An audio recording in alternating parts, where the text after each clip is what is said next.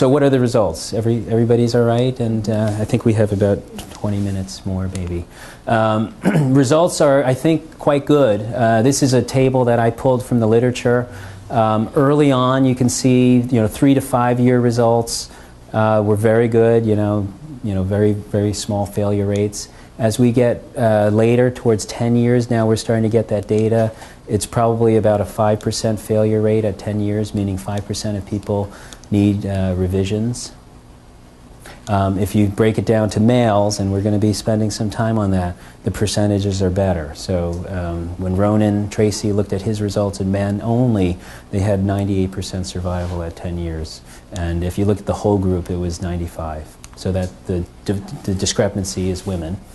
If you look at national registries, Australia also has a very good registry. They keep track of their, nobody leaves Australia, I guess, so they keep track of their revisions. And unfortunately, we are seeing discrepant curves with men and women. So men here are lower because they have a lower rate of revision at 10 years, and women have a higher rate. And some of this is important to realize. This is in the context of what's gone on in the last few years. So if a newspaper says that you're going to have problems, then a lot of people believe they do have problems, and a lot of surgeons will rush to revise it. So I think the newspaper articles in the negative media definitely increase the revision rate also. If you look at total hip, so this is a total hip replacement. This is a chart of the survival or the revision rate in total hip replacement. At 10 years, if you look at, so these are, blue is men, females are women. Total hips do quite well, but even total hips have revisions. So, up to 8% of men under the age of 65 will have a revision at 10 years. And I'll concentrate on this number, 7 years here. So about 4.9 and 4.6%. This is total hip. So this is a total hip. So then if we go to resurfacing, which is the next slide, they have 7-year data. So actually for men under the age of 65, I would say that it's now becoming clear that resurfacing actually does better than a hip replacement with a lower rate of revision at 7 years. Unfortunately for women, that's not true, which is why we have to consider this operation carefully. Putting it into a graph, 7 years after surgery, higher bars indicate more revisions. Different colors are different ages.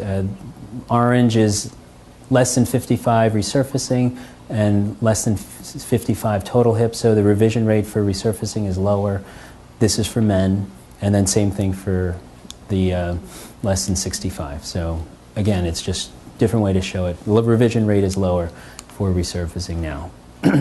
And a lot of studies have now looked at size, because women do have smaller bones, and that is a big reason for that to happen. When the sizes are smaller, the implant is smaller, and the tolerances are not as forgiving, I would say, for the smaller sizes.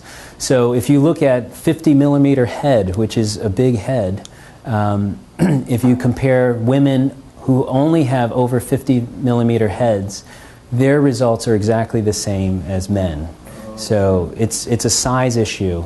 Unfortunately, not many women have 50 millimeter heads, because that's a very big size. So I would say this is interesting data, but I think you can still achieve the same results with smaller sizes as long as they're put in very precisely. So gender difference, size of bone and therefore implant is clearly a risk factor. Dysplasia is also a risk factor. As I said before, more women have dysplasia, and in multiple studies show dysplasia as a risk factor for revision, again because of the angles and edge loading, and more females have dysplasia than men. My experience with resurfacing, I think I've been really, really lucky to do this, and I caught the timing just right so that I started early. I started in 2004, got special training with Dr. Amstutz and went other places. I went to visit Koen de Smet and Derek, and really, I realized they had the most experience. I wanted to travel to the best and get their techniques. I went to Tom Gross as well. So it took a lot of time, and I did the first resurfacing in 2004. with the Conserve Plus, and then the first BHR in New York in May of 2006, and I've performed over, this is out of date now, it's closer to 3,000 now. But I was saying I was fortunate that I did enough before all the negative press hit that I saw really excellent results, saw amazing results from patients, and it gave me the courage and the confidence to keep doing that. I was doing the right thing for these patients, that I still do a lot. So, you know, if a surgeon started right in 2006 or 7 and all the negative stuff hit, you know, they probably are not going to feel as strongly about it and not want to deal with it, unfortunately. I have had revisions. We're all going to have revisions. I've had 21 revisions at various times. 3 for fractures, so 3 out of 1,000 is pretty good. Osteonecrosis or collapse of the femoral head is a possibility, and unfortunately the blood supply does get affected when we dislocate the hip and ream a hole down the middle of it, so that can be an issue. Cup loosening can be an issue, and sometimes that's related to the implant, I think, and sometimes it's related to activity that's done too early. 6 metal sensitivity, so that's an allergy to the metals, and unfortunately they've all been women, so that's something that we've yet to talk about.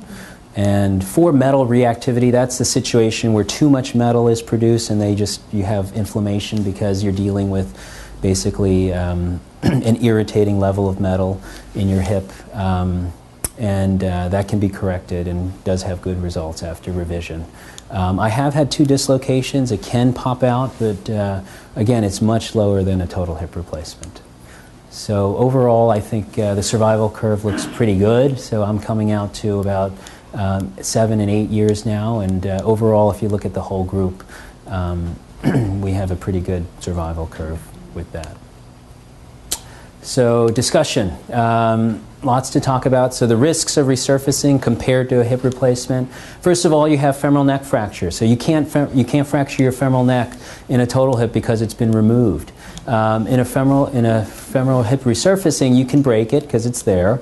I think a lot of it is technique dependent. If you damage the bone during the surgery, you're going to be weaker. It's going to be more prone to fracture.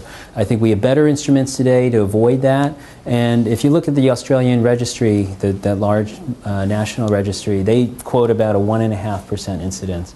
But I think you can bring it way down, and knock on wood, I've been fortunate enough to only have a few. Osteonecrosis, that is a concern. So this is just an interesting preparation of a head where you see the blood supply to the hip.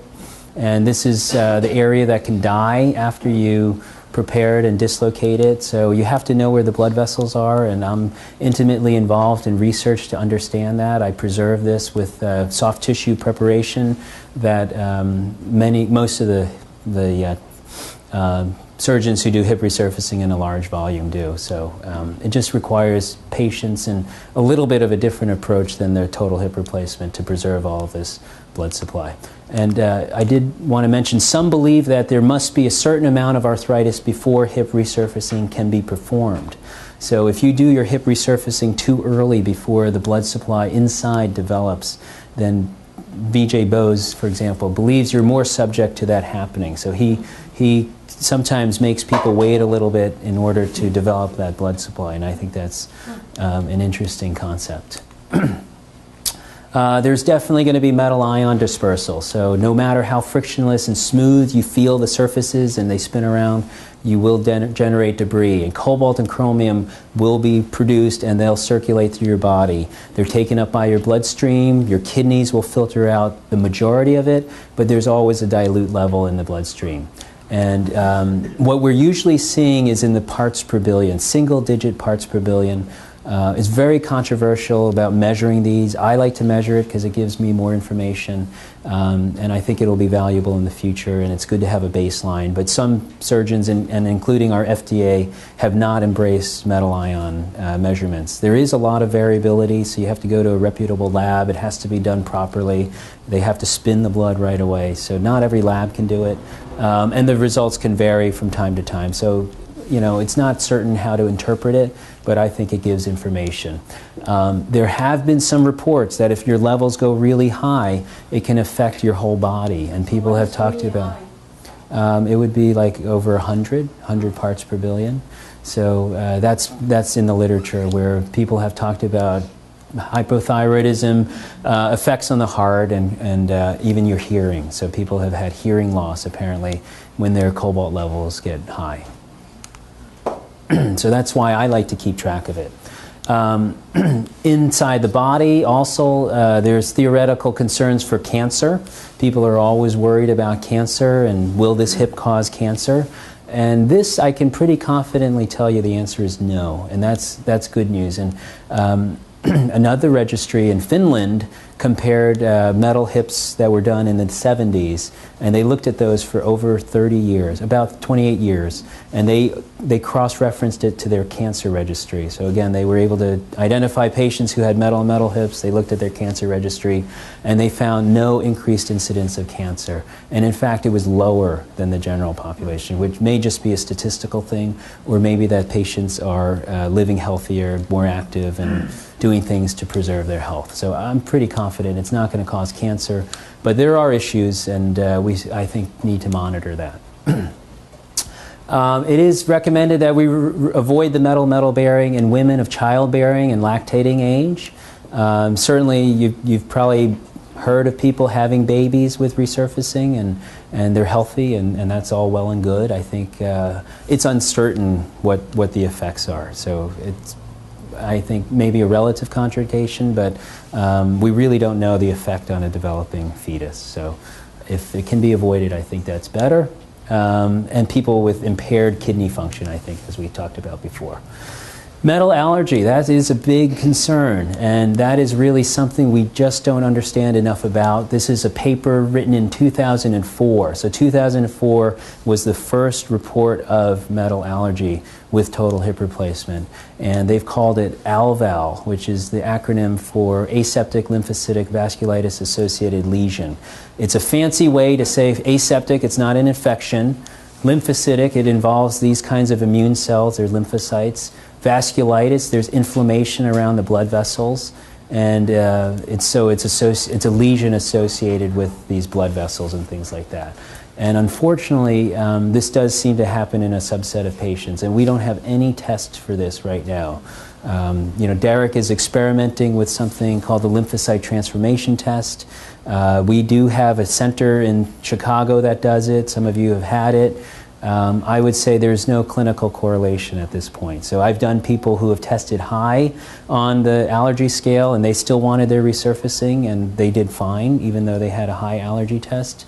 And I've had people who have definitely had an allergic reaction and they do the test and it's negative. So I really haven't found it to be that helpful. Questions? What's the overall incidence of allergic reaction? Right.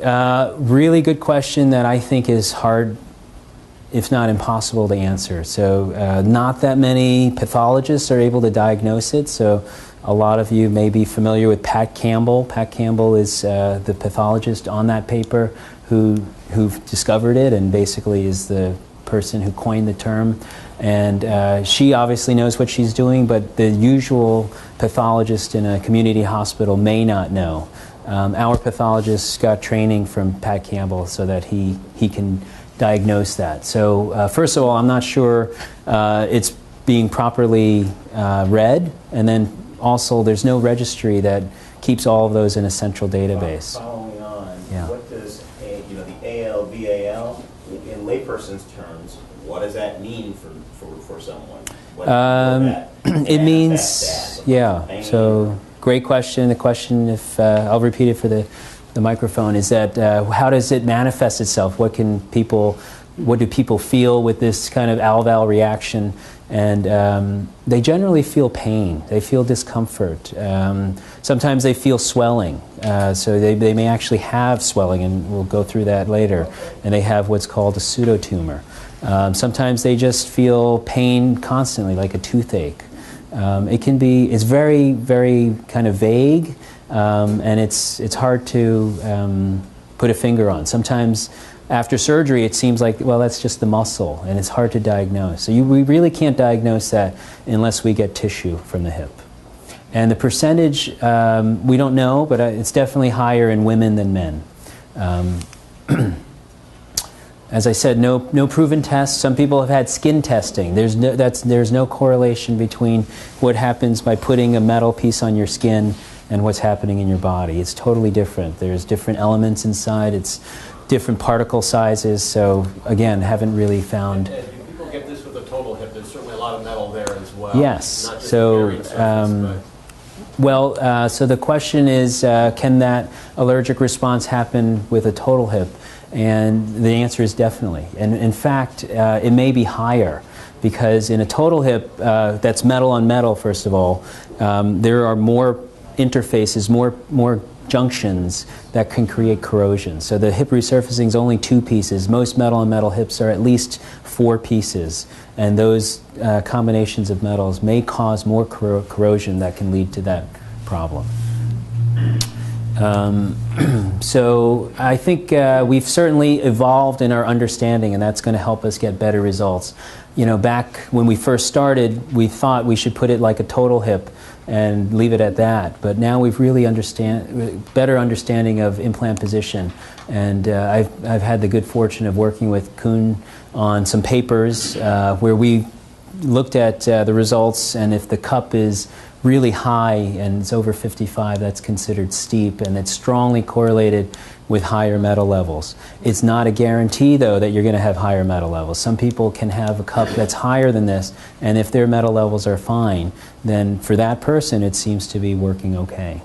But if you have a lot of metals, it can lead to local tissue irritation, swelling, and pain. In this paper, we looked at 42 revisions of resurfacings, and the malpositioning of the component, the cup side, was the most common reason, and it was too vertical. This is an example of a patient who had their hip done elsewhere. It's hard for you guys to see, perhaps, but their cup angle was about 60 degrees here, and they did have pain a few years after surgery. And when we measured their metal levels, they were over 100, so these are very high.